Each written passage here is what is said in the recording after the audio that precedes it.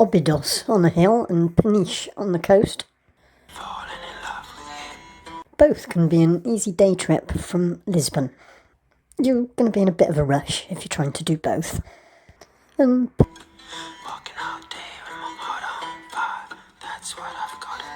Peniche is about the coast and nature. Don't rush nature. Obidos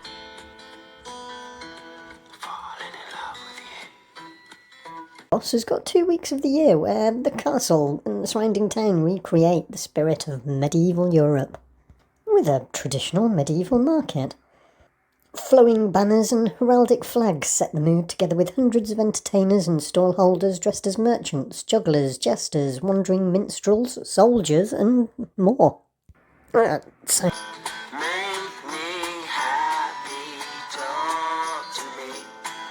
Sounds good, doesn't it? It's quite enticing. And it is good, but I've got reservations. Not reservations of somewhere to stay. The centrepiece, the centre of the castle promontory at the end of the processional route past the churches through the old town. That bit of market, the stalls are all a bit plywood. It's all a bit ad hoc and the children will love it. But it is good for anyone. You'll enjoy it. I'm just quibbling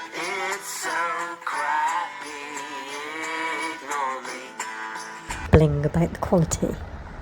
You can shop at the traditional handicrafts fair or watch medieval shows, horse displays and a costume parade that animates the streets beautifully. There are displays of jousting knights and armed combat. And don't forget that this is Portugal, so the food. Who doesn't want spit roasted hog? I've never spit roasted a hog, but it's the sort of thing that you'd like someone to do for you. Portugal likes its hearty soups. Rabbit, lamb, cod, quail, sausages and other grilled meats are also available.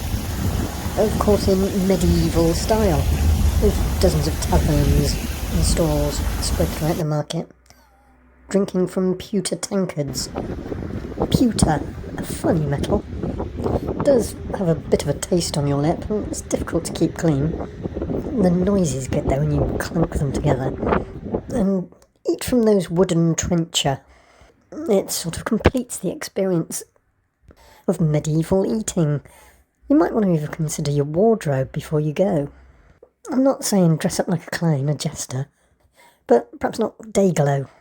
Nothing high visibility or fluorescent. More muted colours than what might be possible as a dye from natural berries, plants or minerals.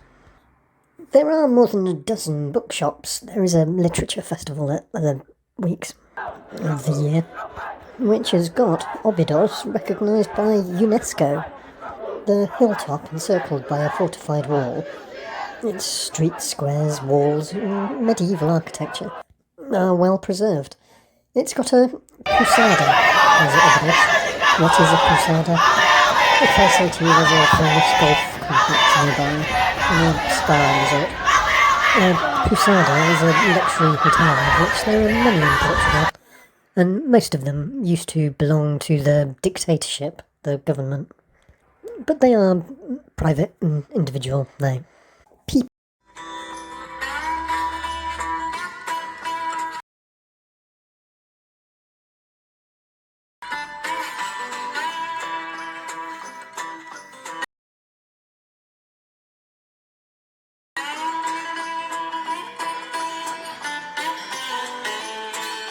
People of sorts have lived here since Paleolithic times.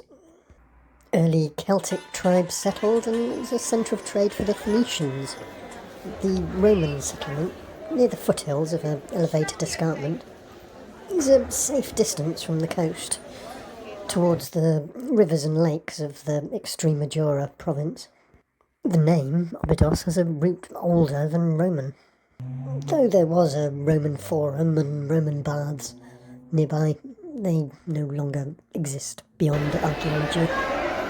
The hilltop was a more secure settlement. After the year 700, the Moor Arabs became dominant for 400 years until the first king of Portugal came along. The night Mendez de Maya took the hilltop for Alfonso Henriquez, the first king of Portugal, obviously. Successor King Sancho was to recognise the place, give it a market oral, a charter. King Alfonso was later to give the village away to his queen as a gift. And since Urraca, the Queen of Portugal has always been the patron of the town, which is quite an honour, really, to be called Town of the Queens. The town tended to attract donations from royal consorts all the way up to 1500s. But there was a fair amount of remodelling between that times. The limestone and marble structure was strengthened and elaborated. The keep was created. The town had grown beyond the gates of the castle and it needed a prison. Just to link back to Peniche for a moment, Peniche was used as a prison during the dictatorship of Salazar for keeping all the communist troublemakers within its fortified structure. But back to Obidos, perhaps its greatest honour came in 1441, 15th of August actually. The church of Santa Maria in Obidos was the setting for the wedding of King Alfonso V to his cousin, Princess Isabella of Coimbra, when they were both still children aged 9 and 10. But the sight of a royal marriage all the same. King Manuel gave the town his attention. But the root of my sort of a problem with the place, really, is that it's a bit over-restored. Something about it doesn't seem entirely authentic in places. That's sort of what I'm getting at with the extreme of the plywood. Don't get me wrong, the history of the place really comes through. Even in the quiet streets, you don't need the Disneyland effect. You can take it all in any day of the year. But over-restored, yes. The Arab and medieval architecture must have been destroyed in the 1755 earthquake, which took some of the walls and a bit of a few churches. Then there was the destruction of the Peninsular Wars. This was Napoleon and the British squabbling over Portugal, partly by proxy. The Battle of Rolica was nearby. But a royal wedding all those years ago, more recently 1974, the Carnation Revolution, became a centre of government and meeting place for those involved. Those alongside and part of the armed forces movement revolt. You can come to Obidos and feel good about yourself that you've done a bit of culture, and buy a book to go back and read on the beach in Peniche. You can't spend all your time sunbathing on the beach and swimming in the sea. Yeah, you can. The long stretch. Walking all day with my mouth on fire, that's what I've gotta do.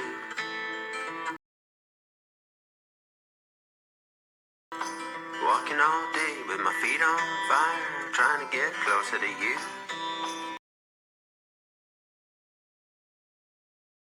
Walking all day with my feet on fire, that's what I've gotta do.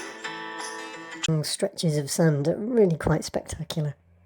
And the rocky headland you can drive, but it is walkable, with the added attraction of the fortress of John the Baptist. And there's the Fort of Peniche. Walking all day with my mind on fire, I can't stop thinking of you. These are physical things.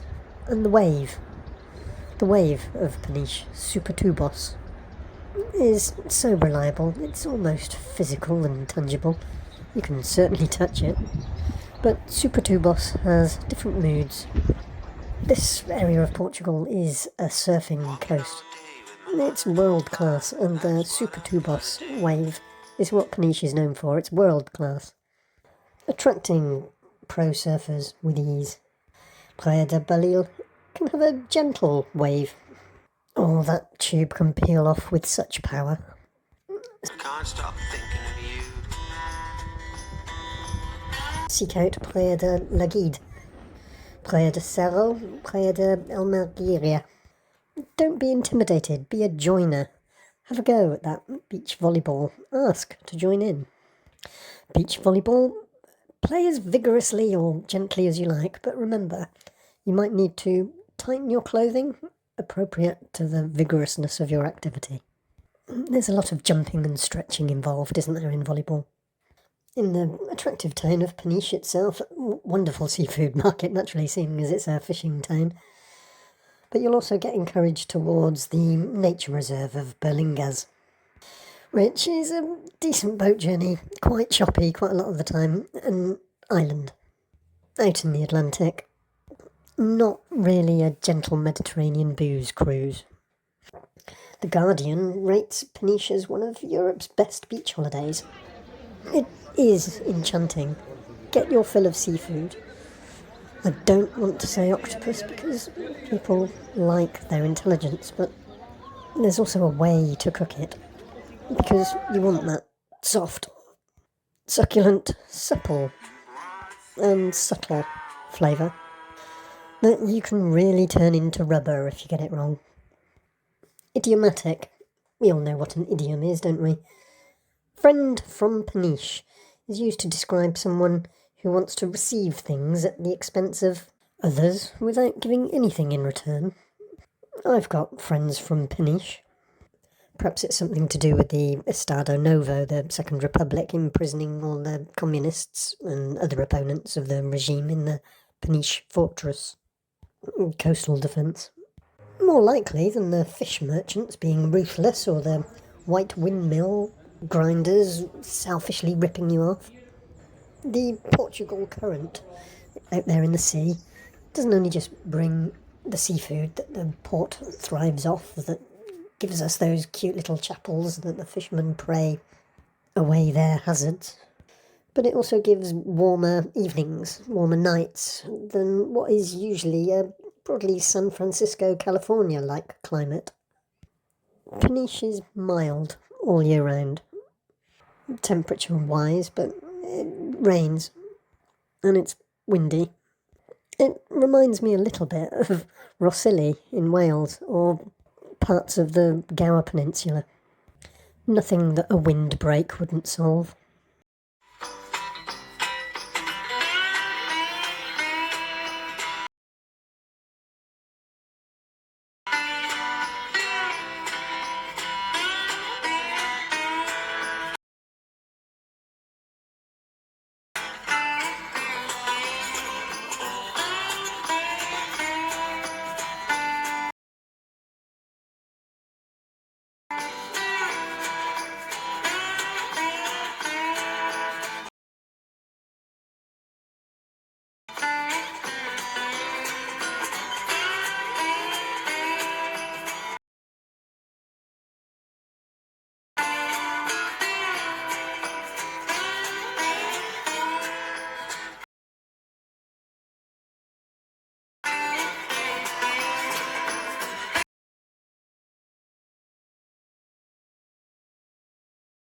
Something inside.